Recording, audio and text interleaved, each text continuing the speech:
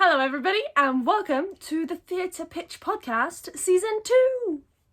Season 2. We got there. Yeah, we got there. We're finally here. We're back. We're more competitive in the podcast where we take a random online encyclopedia article every episode and we each come up with a pitch of how we would turn it into a theatre show. So, I am your host, Jem. This is Sean. How are you doing, Sean? I'm really good. I'm disappointed by your lack of enthusiasm and excitement for the new intro and graphic that you could clearly see. I am so excited for the intro and the new graphics. You've worked really hard on it, and I really like it. All right, Jem. All right. There you go. Does that help? It's better than your first reaction to it, yeah? I mean, you did... Yeah, oh, shush. Joe, how are you doing? Are you feeling as sensitive about graphics as Sean is? Well, I'm feeling pretty good, and I'm glad that you finally introduced me, because unlike Sean, I know the rules that with these things you don't talk until the host introduces you. So, Hey! Like, I'm feeling good that we're already sticking to the rules, keeping it, no breaks whatsoever. It's all good. See, now I'm going to stop you there, Joe, because I think a little birdie has told me that Season 2 meant that I got so competitive. I'm wearing my actual pitching shirt that I do most of my pitches in because it gives me confidence. Sean is wearing his wrestling t-shirt in competition. We've both prepared a lot of things because that's what you do with a pitch. Joe, how's your prep been going? How's the following of the rules of creating a pitch before the show going, Joe? Can I just stop you there? Can I just stop, Joe? Right. That is not why I'm wearing this t-shirt, okay? It's not because I'm competitive. Right, I'll explain later while I'm wearing this t-shirt when someone says what the topic is. I'm not competitive, Gemma. I just have the best pitches. Okay, it's not my fault. Yeah, I was going to say, I have two statements to make for this as always. One being, who out there expected me to start preparing this season? And two, you only need to prepare and treat it as a competition if you think there's a chance you'll lose. Fighting words. Fired. I'm yeah, okay. Well, shots fired this early on. I believe it was Sun Tzu said that originally. If anyone can find out if Sun Tzu did say that and send it in, I'll be amazed. And in the meantime, my soul will just continue to die, and whoever brings in the evidence that Joe is right will just continue to step on my trodden competitive soul. And on that lovely note, Joe, do you want to tell us what this episode is all about? Well, I assume Sean will have put it somewhere in the wonderful graphics around us by now. Thank you, Joe. Thank you. Today's episode is all about the flag of Chicago. Chicago is it the capital? It doesn't say that here. Chicago is a city in Illinois, one of the 50 states of the United States of America. The flag consists of two blue horizontal bars, or stripes, on a field of white, each bar 1/6 the height of the full flag and placed slightly less than 1/6 the way up from the top and bottom. 4 bright red stars with 6 sharp points each are set side by side, close together, in the middle third surface of the flag. So if you can't see the flag, you can now imagine it perfectly. I love how podcast friendly that description of a flag was. Yeah, it's like, hey, if you haven't seen this flag and you don't have access to online searching capabilities, then here's the flag in your head. I just hope that you understand what an inch is. If you're in the metric system, you're still screwed. Yeah, if you don't know what an inch is, it's a few centimetres. Yeah, 2.5, I think. That's the technical maths of it. A few. A few. Yeah, that's the technical More term. than a couple, right. Less than a lot. So, how did we find creating this show and creating the pitch for this show? Sean, are you as excited as I think you are? No, it was weird getting back into it, to be honest with you.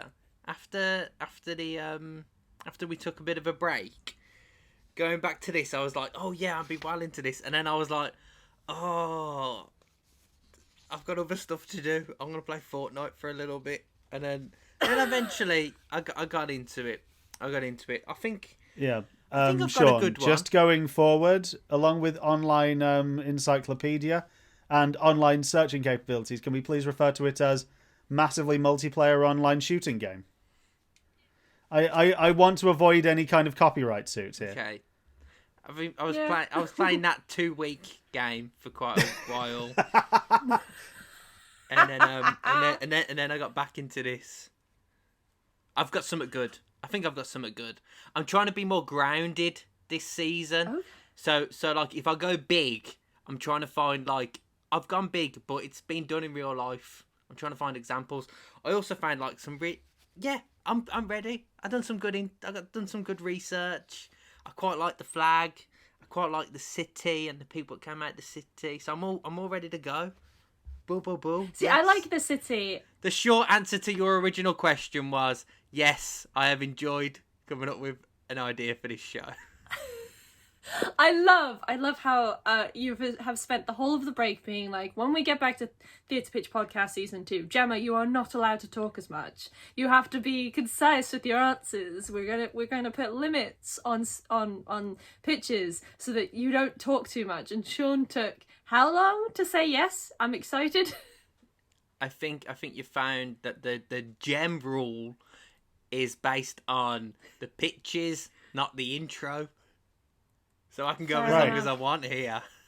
Talking of the pitches, Sean, Gem, who wants to go first? You. I think Sean should go first. You? Joe. What, me? Joe, you go first. Okay, in that case, fine, I will. So, my pitch is based on the fact that, as I previously stated, there are 4 stars upon the flag of Chicago. But a large portion of this online encyclopedia article are arguments for the reasoning that they could include a 5th star. Reasons including, Linton not here, to Chicago's contribution to the nuclear age, in honor of the first African-American mayor of Chicago, Harold Washington, or in tribute to the Chicago flood of 1992. So my thinking is doing a show that's it's an anthology piece with a framing device around a discussion of, quite simply, the notion of having a 5th star and what this 5th star could add to the city of Chicago. And I really want to get into what the flag represents, because I think it's far more of an American thing for the flags of individual states, of individual cities, to actually mean something there. Whereas I think here we very much have, I think the only one off the top of my head I could actually name in terms of beyond country flags in the UK is that Essex has a flag with 3 swords on it. That's the only one I could name in terms of district, county. Like, I couldn't even name Birmingham's one. And I really want to get into what it means, the fact that it's the 4 stars on there, that it's getting into what this design means to the people, getting into the history behind all of the possible reasons that they could include a 5th star, and kind of breaking it down into the human elements of what they represent. Any questions? Okay. So what's the show, Joe? What's the show? It's a series of short pieces about the arguments and the stories behind what each of the 5th star reasons could represent, ultimately resolving in the audience themselves deciding should there be a 5th star. I'm guessing what that 5th star should represent. Yeah. Yeah, I like that. Because that was originally when I started looking into it. I was like, oh, 5th star. So I was just about to say, Joe, doesn't Cornwall have a white cross on a black background? It might do. I've no idea, does. but I will take your word for it. And I also Yorkshire think the black is Oh, Yorkshire's got one. Ooh. I'm sorry, Yorkshire's got like a white flower on a blue background, isn't it? Oh yeah, of course. There's the white and red roses of Yorkshire and Lancashire. I may have got those in the wrong order. Sorry if I did. Please don't send me back to Birmingham. And the Black Country, more like pretty much Dudley, has got this weird flag where it's three chains. So it's like a chain there, and then one in the middle. And then it's like red on one side and black on the other side to represent like that poem where it's like the skies were red in the night and they were black during the day in the Black Country during the Industrial Revolution. Yeah, that's what that flag is. And I know that because I go to the Black Country Museum too much. But anyway, the point Joe was making, the real difference is that even though we've got all these flags, British people don't really give a shit about where they're from.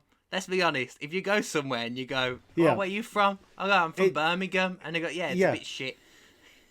I would disagree because if anybody turned around and said Birmingham was shit or Yorkshire was shit or whatever, you can say, if you're from that area, you can say it's shit. But if anybody else calls it, you English people get really defensive about it.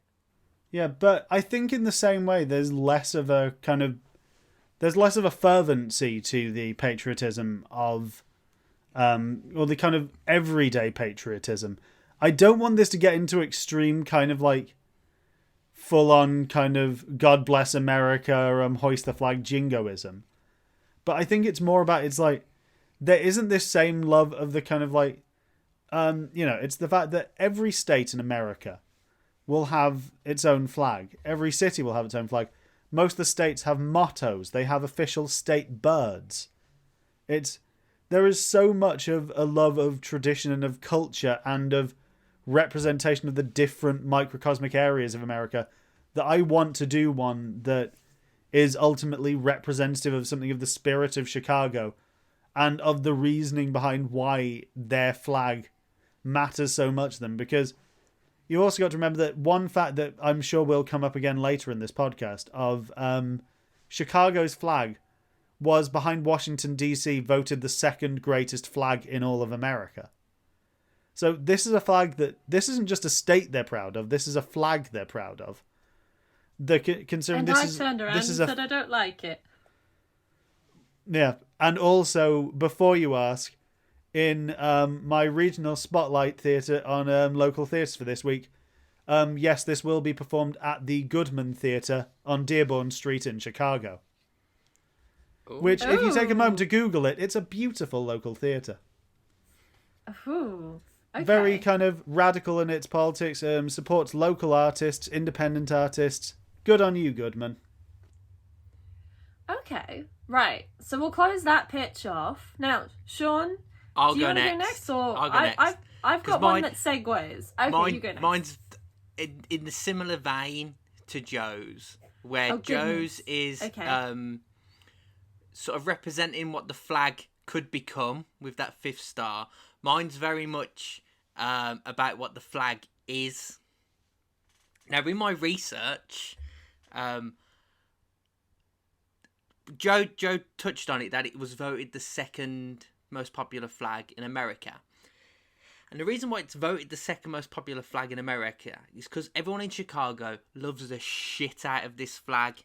And it's not just because it's a good flag.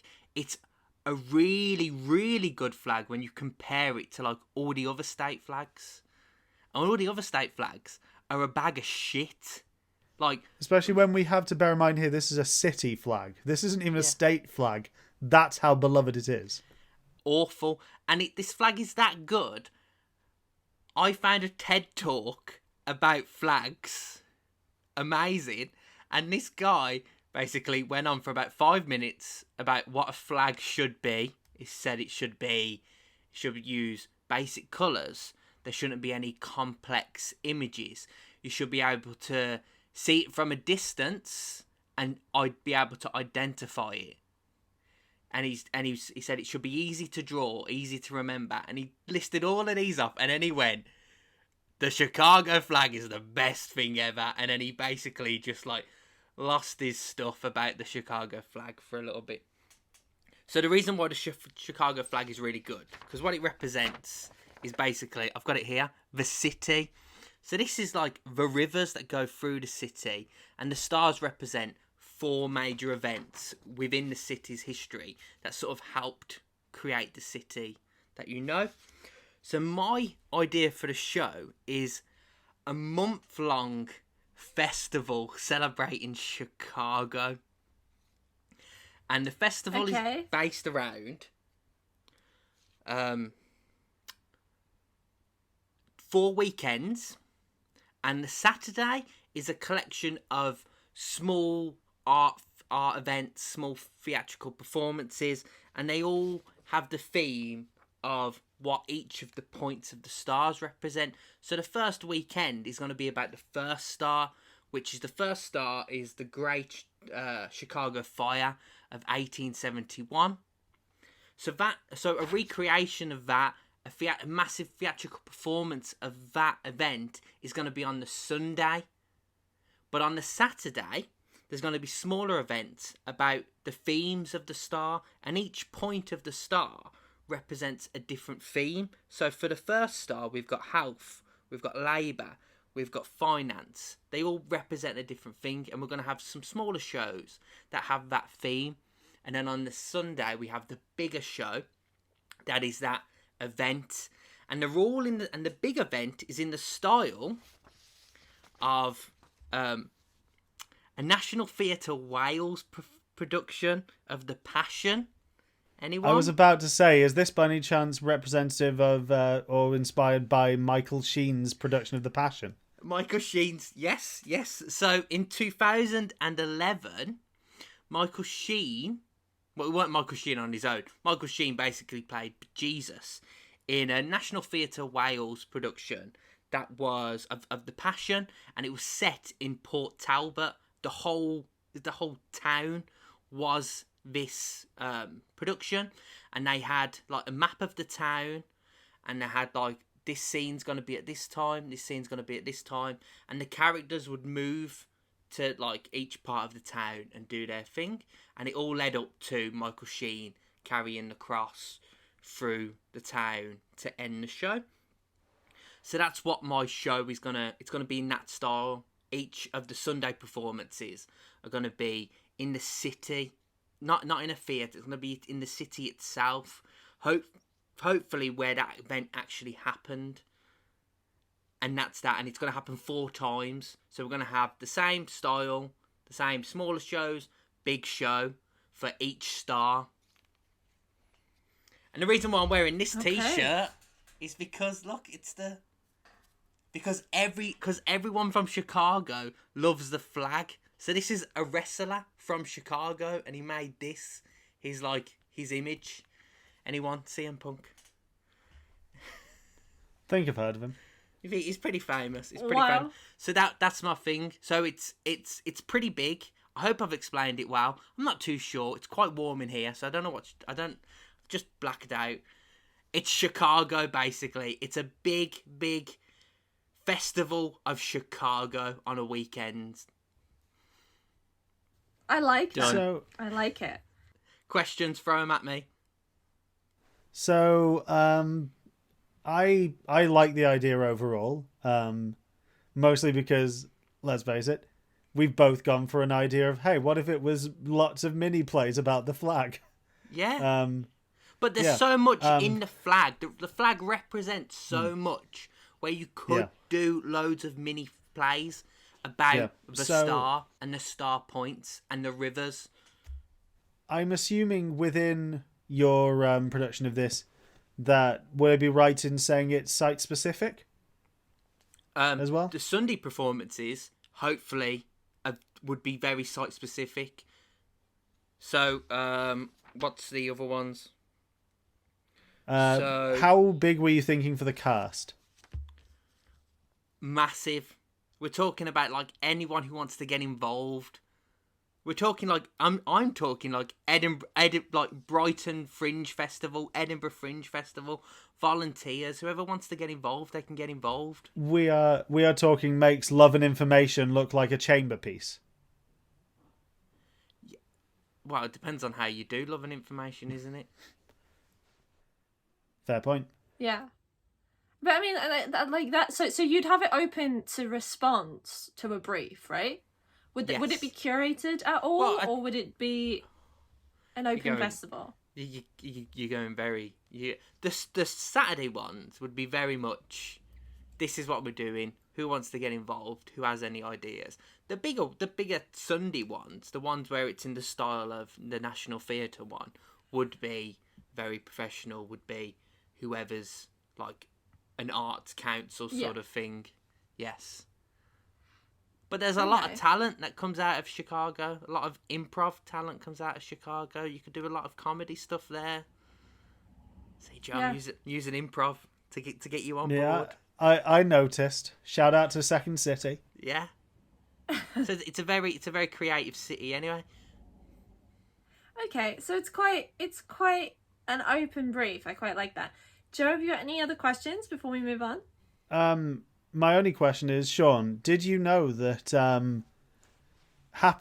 this is round about the time of Peaky Blinders, did you know that here in the Steel City of Sheffield, we were previously known as Little Chicago because of the gang violence of Sheffield being kind of tantamount to the gang violence of Al Capone and his ilk? And also because, as we all know, Sheffield is the second city.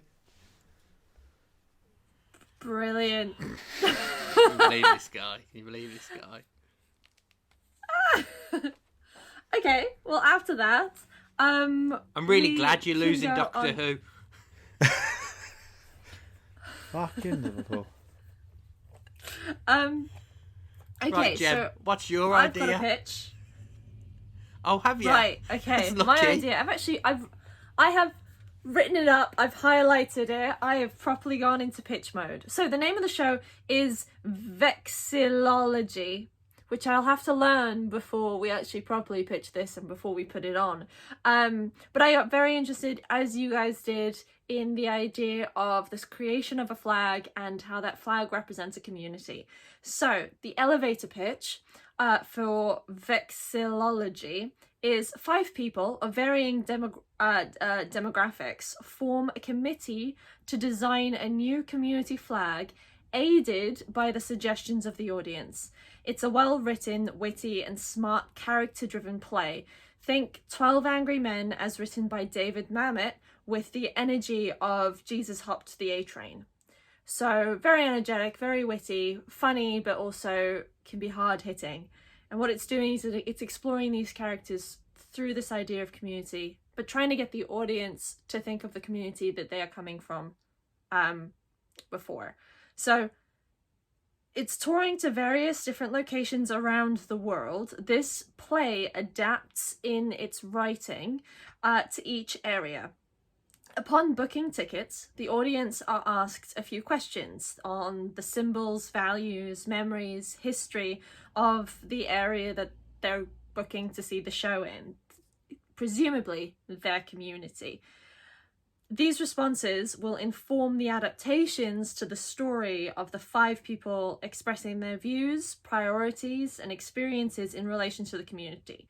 Because most communities will come under this idea of having, there's a historical event that's happened to them, there are various different values, and it's talking about, you've got 5 very different demographics.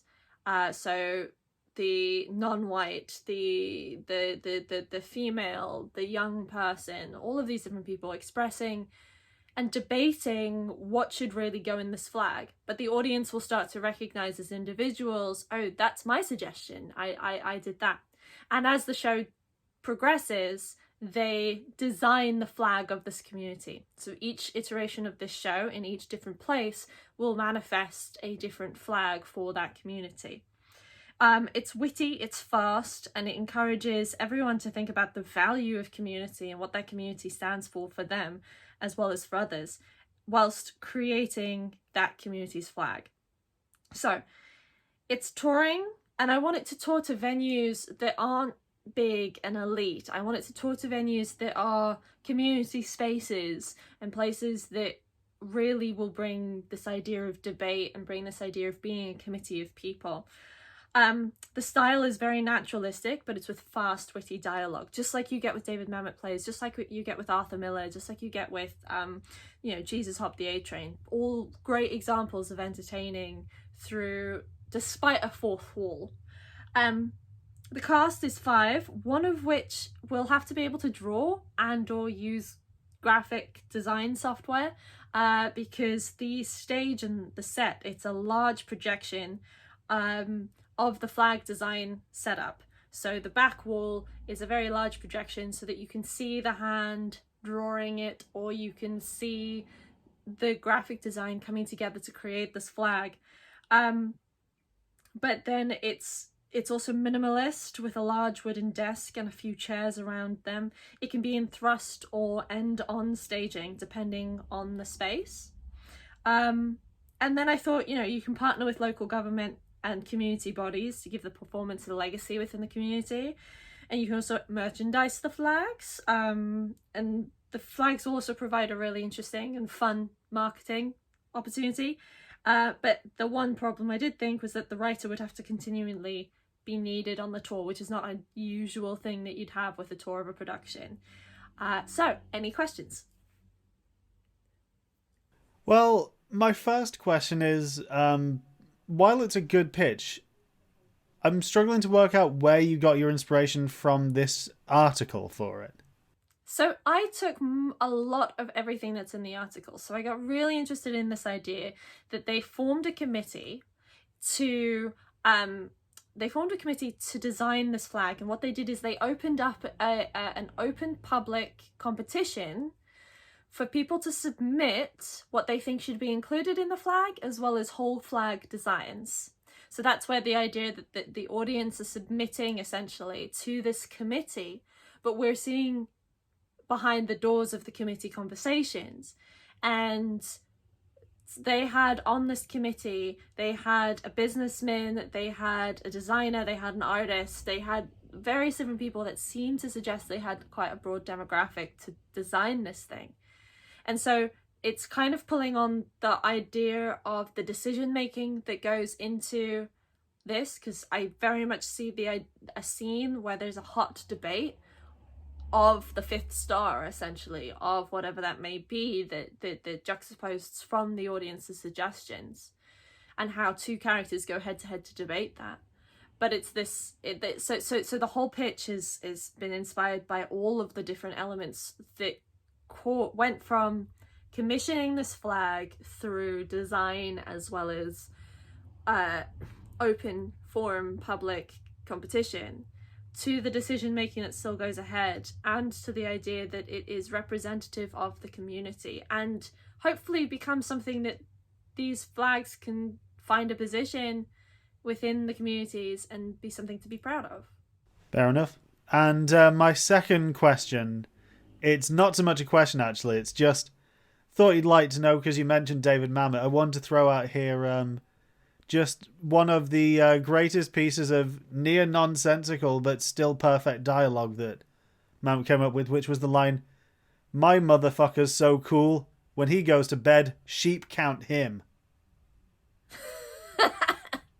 Guy actually sat down and wrote that one day.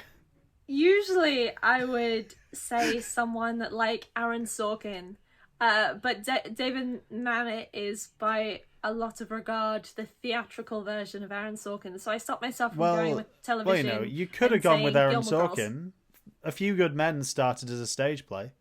True, and I opening Aaron Sorkin's door meant that I was going to start talking about Gilmore Girls, and I don't think that Amy Sherman Palladino has actually done theatre shows. If she has, well done. She's better than I thought it was. Oh my But, god! Gilmore Girls as a musical, like theatre show. I know. Oh, I'd be all over that. I was just thinking, let's be honest here. If you haven't been thinking to yourself, Marvelous Mrs. Maisel on stage, you're wrong. Exactly. So Sean, have you got any questions? I have comments. I really, really like, as soon as you said 12 Angry Men, but they're making a flag, I was like, yes, I'll have that. Yeah. Because it's 12 flagry men. Because it's such a interesting thing, because if you think of like who designed our flag, like who designed the Union Jack, yeah. I couldn't know. And like if you think of something as simple as like, like the road signs, That Yeah. was one woman. That was one Yeah, it woman. was. She just decided that tourist things were going to be brown and we were going to have the motorway stuff that was going to be blue. She just decided that, and then she done it all. Now imagine trying to get 12 different people in a room to decide that, like, it's our flag is it's gonna be red with white because we're England, and someone would be like, yeah, but I like blue, and then another person could be like, oh yeah, but like British racing, that's green. So we're gonna have green in that flag, and look at all of the green in the grass. We should have green. It'd be a nightmare. It'd be an absolute nightmare. So And I then was the pressure as well. I was thinking, your idea of going round communities, I think I'd strip that back because I think Okay. you know where it'd be really good, where it'd be really suited. Because I work in Coventry, and at the minute Coventry are doing they won like City of Culture for City of 2021. Culture. Now I thought when you said that, I thought that straight away, like, oh, that because they're doing like loads of art festivals, trying to get people involved. I thought that'd be such a cool play, like a show for like that sort of like festival, for that sort of thing. To sort of like say this is the city, and this is the people that all represent the city, and having them all come together to create something. Plus, it'd be a lot better than the actual 2021 logo because it's really bad. Like, really bad. I really like that. I like the idea that maybe it's a show that instead of on a touring schedule to rewrite a show, I was sitting there thinking, I'm a writer and I don't want that gig. But doing it yearly for each new city of culture would be really, really fun and interesting to do.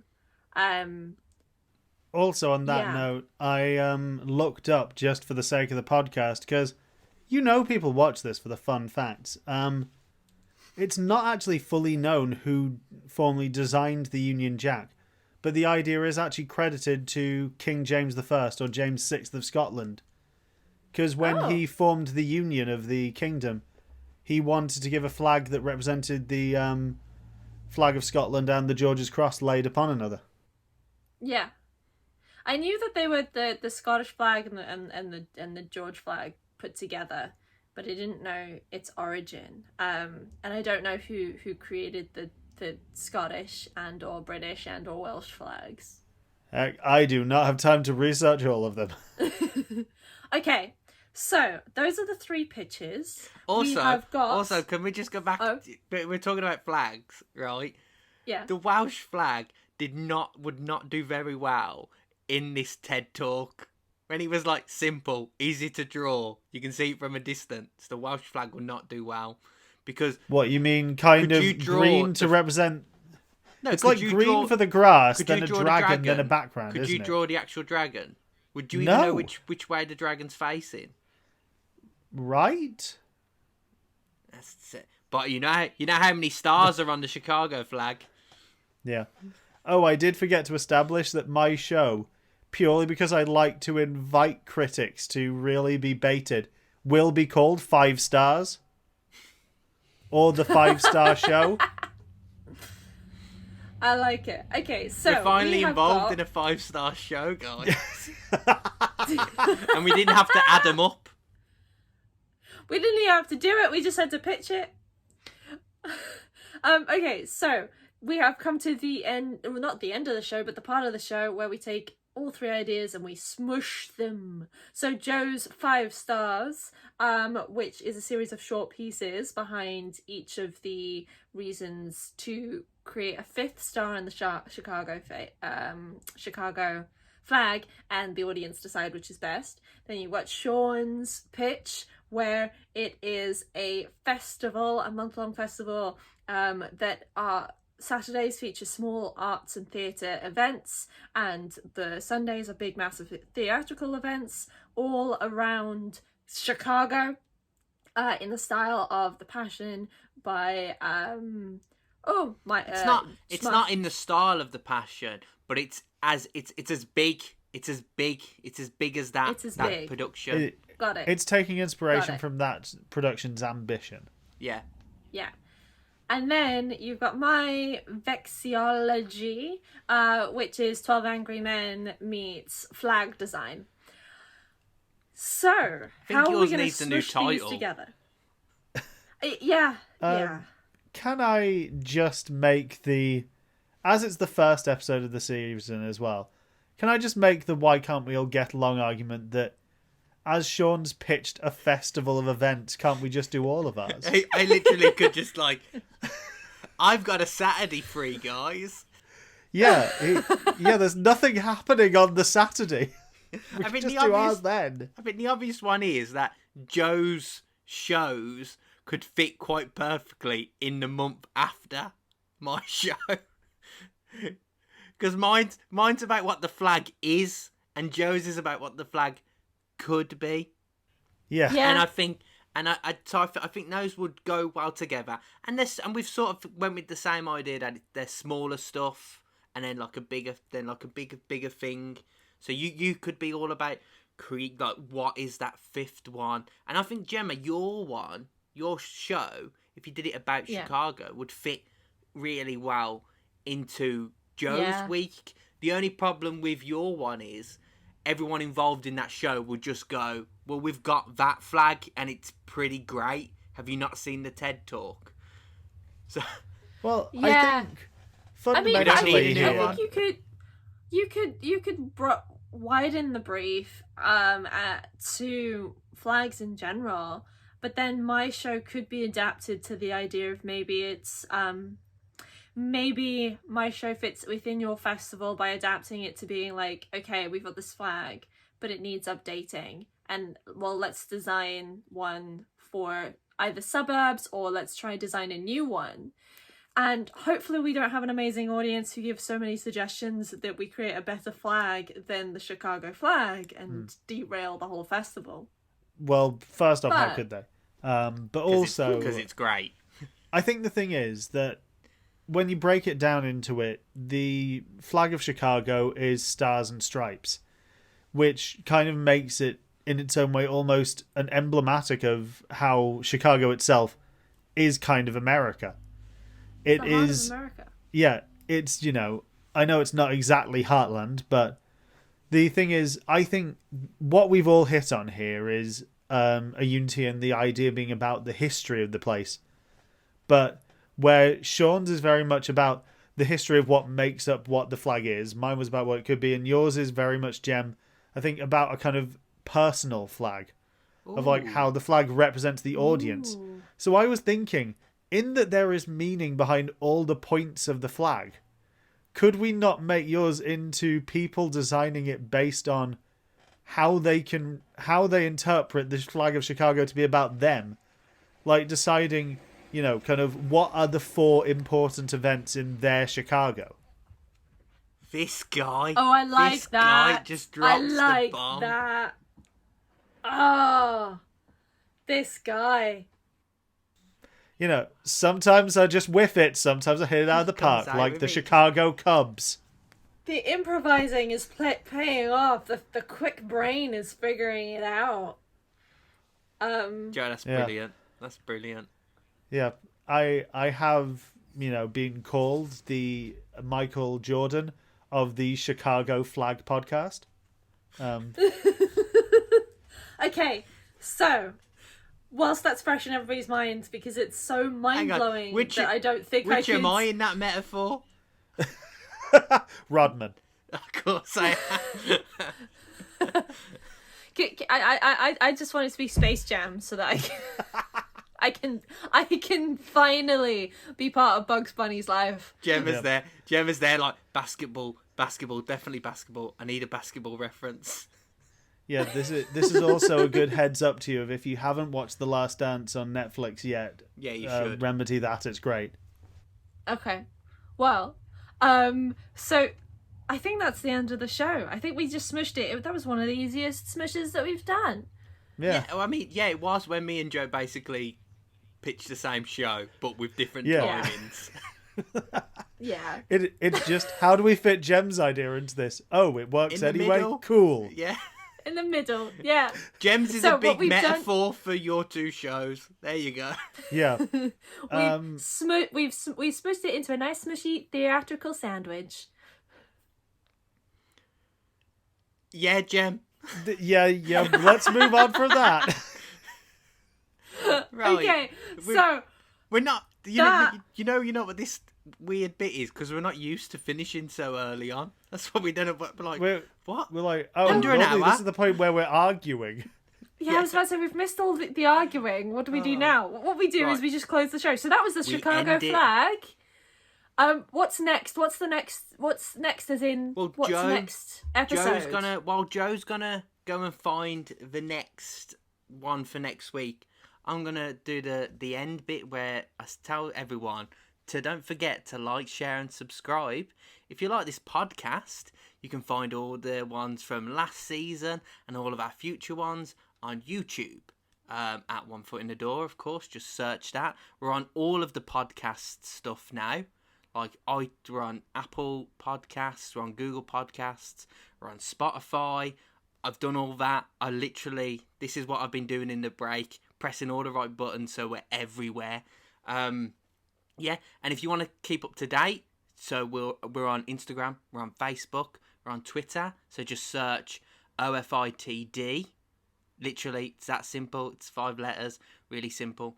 And if you want to, see more of me, more of my face, Joe's face, Jem's face, you can follow me on Instagram and Twitter at StillShawneeB. You can follow Jem on Instagram and Twitter at... Alright, I'll do it for you, Jem. At OFITD _ Jem. And if you want to follow Joe... OFITD _ Gem.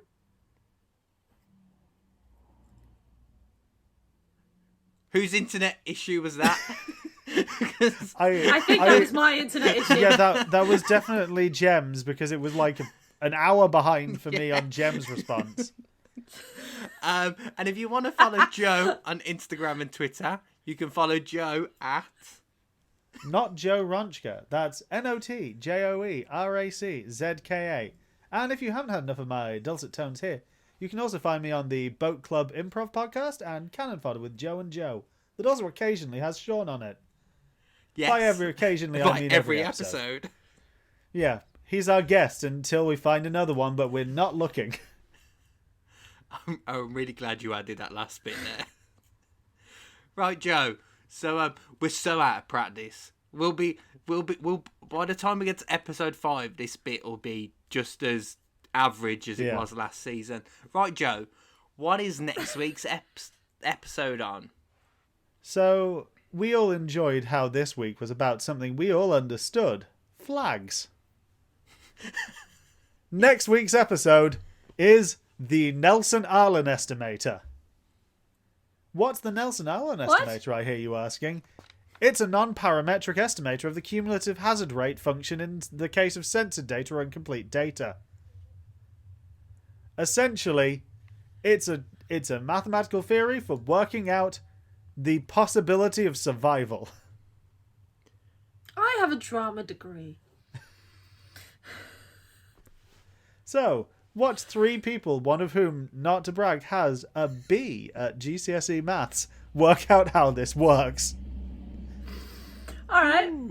Well, thank you, everyone. We're going to go get a new degree. Well, thank you, everybody, for listening. And see you in the next one. Bye. Bye-bye. Bye.